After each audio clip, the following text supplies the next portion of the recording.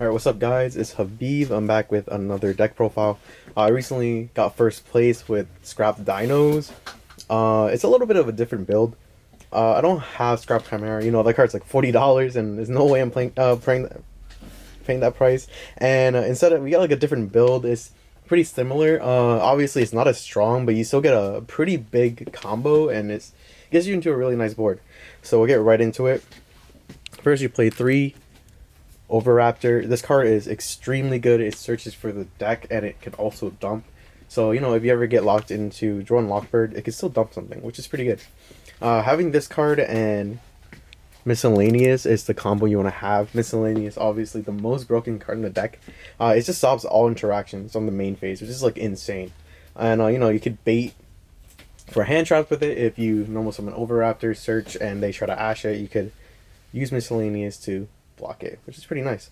And of course, the new added card, Scrap Raptor. This card is essentially like the way to boost your combo. You can think about it as like another print of Archosaur. It helped boost the deck. It's like power level. It made it to where it can combo. Now with the Scrap Raptor, it could combo even more because it's a tuner, first of all, and it's level 4. And it does a lot of stuff where it can destroy a monster in your field, and I can give another scrap normal summon, or if it gets destroyed by a scrap effect, you can then search a scrap card, which is pretty insane.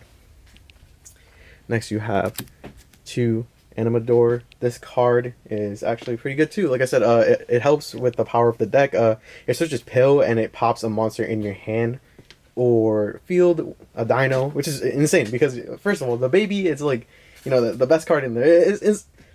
Is maybe not the best, but you know what I'm saying. It's like, it's really good, and especially for this deck, you want to play 3 of. You go through your whole set of the baby throughout your whole combo because you need it and you need it to go off. That's why you play 3 and you play 1 petite for later on. This deck is pretty resourceful. Not gonna lie. Sometimes I had a few matchups where I couldn't get full combo, but next turn I actually had enough resources to basically swing the game and win me. Next card, you play 1 Giant Rex. This card is more relevant in this deck than other Dino decks, mainly because you are probably going to summon it more than usual, and if you want to really combo off, you need it. And the fact that it can special summon itself from the Banished Zone is like insane. It works super well with Pill, it works super well with Miscellaneous. So yeah, so it's really good. Alright, next card, UCT, boss monster of the deck. Like I said, this is what you're going to be summoning off of Pill most of the time, and it can OTK, and it's really good going first either way because it could book your opponent's monsters by destroying 1 card on your field or in your hand. Also works with baby card, so really nice. And your last dino, you play 1 Pancratops. Pancratops is like, I don't really know how to explain it. It's really, it could be really good going first too, because if you have a T on the field and you pop it later on with a UCT, then you can summon it off. And it's extremely good going second because it could out a lot of cards. It could out like Makaba. It could out, let's see what else. It could even out Schism if you play it right. There's a lot of cards that it could out. All right, let's continue on to the hand traps. You play 3 Gamma and 1 Driver. I had some theory talk about it with a couple of my friends at the shop, and we were deciding if it was better to play Gamma or let's see, Phantasmes. And I originally was gonna switch, but then I realized that Gamma was like completely so more like it was useful. It didn't really come up today, mainly because I didn't see it. But when it does, it's extremely resourceful. It's really good going second and going first. And in the Dino deck, it's like it can be really fragile sometimes. So if you have, let's say, Gamma, Miscellaneous, and Baby, most of the time they're going to try to Ash or Skullmeister your Miscellaneous effect, and you don't have any monsters on field. Let's say they try to Ash you, you can just activate Gamma, and it's super plus because now you got 2 monsters on your field in addition to whatever you're about to summon off of Miscellaneous. Alright, next you play 3 Ash Blossoms. Really good for a lot of matchups. It's super good for rogue matchups, super good for meta matchups too. So that's why we're always going to be playing 3 of this. That's it for the hand traps. And a few garnets. Scrap Golem. Always still need to play it. Obviously, you need another Scrap name in the deck to make it work, and Scrap Golem is the best one in there. Obviously, Scrap Chimera is the one you want. I don't have it, so that's why we're not playing it. And then you also play Wind Barrier. It really depends on how you want to build your deck. I'm mainly playing this build at the moment because it works super well with the Scrap Golem combo. If I was playing Scrap Chimera, I would not be playing this. I would be playing something completely different. And that's it for all the monsters. Let's continue. We play 3 Fossil Dig. Searcher. It's basically acts as like 3 more of your Dino cards, 3 more miscellaneous, 3 more Overraptor. Anything you really want to search with, obviously. It's at level 1 through level 6, so it's pretty good. And we also play 3 Lost World. With the other build I had going second, I only played 2 Lost World, and that's mainly because I wanted to fit in 1 Mystic Mine. Lost World is more prevalent now than it is before, mainly because it works super well with Scrap Raptor.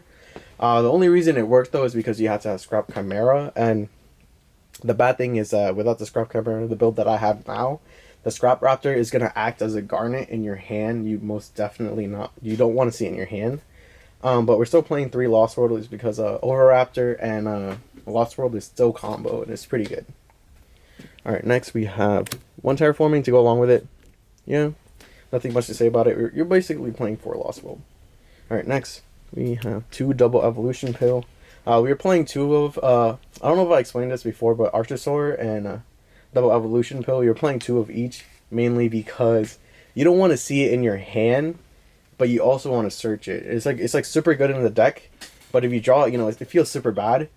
But the only reason you're playing 2 of each is because if you draw into one, like, you need to have another one in deck. If you don't, you're not going to be able to combo. Alright, next we have 2 Dark Ruler No More.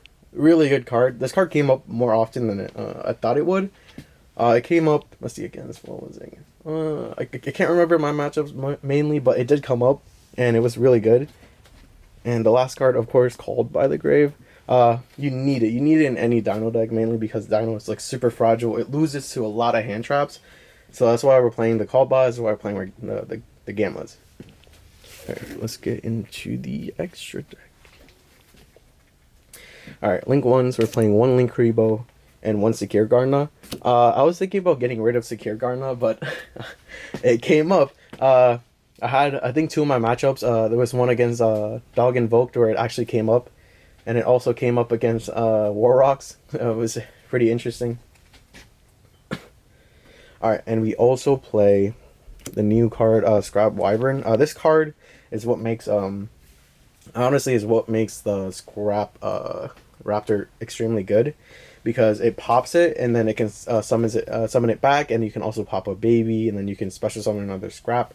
Most of the time you're going to be special summoning another Scrap Raptor, which will be going on later. We do a combo video, and you add, and then you add, like, Scrap Golem, and you continue your plays. It's pretty good. Then you also play 1 Pentasag. A lot of people don't have it in their list, but I have it in my list because it's filling in the space. This is a pretty flexible card. This is probably one of the flex cards you could remove and add some other stuff. I was thinking of playing Pentasag or Trishula. I'd probably cut it for Trish, but Trishula would only really be good in the deck if you have Scrap Chimera, so I would not recommend playing it if you don't have Scrap Chimera. Alright, next, Raptor. This card, it's pretty good. It's how you go into your bird lock. That's why we're playing the Wind Barrier. Raptor. It's pretty good. And of course, you can't play it without the Smorglink. Not much to explain about it. You summon it, and it gets you to the statue. Alright, to your Link 4s. You play 1 Apollosa. This is like another variation of what combo you want to do.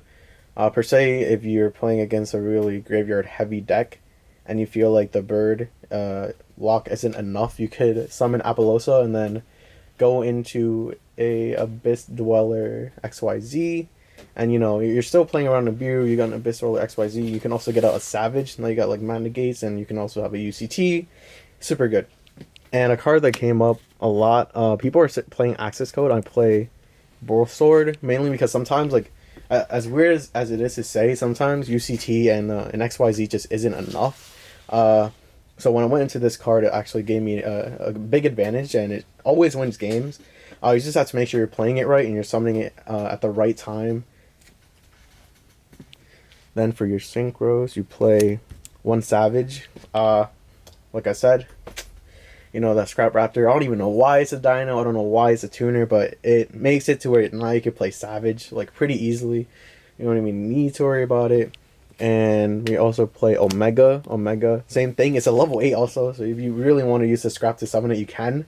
But it's mainly there for the Gamma play. And then for XYZs, we play 2 Dolka. The best one out of the Evil Swords, mainly because it helps you play around the Biru. There is a combo where you do summon Dolka to play around the Biru, so that's why we're playing 2 of it. I always want to have as many of it as possible. And then we're also playing 1 Lagia. Lagia mainly doesn't come up. It only comes up if you already have Appaloosa on field, then that's when you summon it. And it basically acts like a judgment, but without having to pay the life, and your opponent can obviously respond to it. We also play 1 Abyss Dweller for any of those graveyard heavy decks. And we play 1 Tornado Dragon. You know, it's good. If you want to remove some back row, it's there. And it's so easy to go into. And for the side deck, I think the side deck is what basically won me a lot of the matchups. Some theory, you know, you play 3 Lancia, and I had Bell in there instead of Lancia, and I thought Bell was going to come up more, mainly because it stopped Schism, and it also stopped, let's see, Invocation. I mainly have this in there because of the Bell's in there because of that deck specifically, but it also really hurts Bird Up, especially if they're playing Revolt. But I put in these instead because we talked, like I said, theory with my friend. They said that Artifact Lanciers probably would be better, and I thought it over, and it was pretty much a lot better. And we also play 3 Phantasmes. Didn't come up at all. I don't really know. It just didn't come up. I didn't play a lot of Link decks. I was playing a lot of control decks. 2 Nibirus also didn't come up. Like I said, a lot of control decks. But these came up really heavy. I played, you know, 3 Cosmic Cyclones, 1 Harpy's Feather Duster, 2 Evenly Matched, and 1 Red Reboot. All for the same reason of just trying to get rid of back row. Alright, and that's pretty much it. Alright, thanks.